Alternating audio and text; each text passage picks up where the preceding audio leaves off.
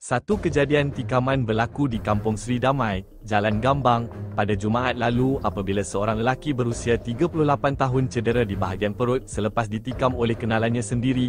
Ketua Polis Daerah Kuantan berkata, kejadian kira-kira jam 7 malam itu dipercayai berpunca daripada perasaan dendam.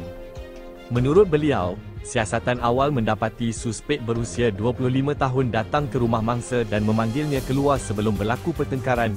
Suspek kemudian dikatakan mengeluarkan pisau sepanjang kira-kira 5 inci dari belakang seluar lalu menikam perut mangsa sebelum melarikan diri.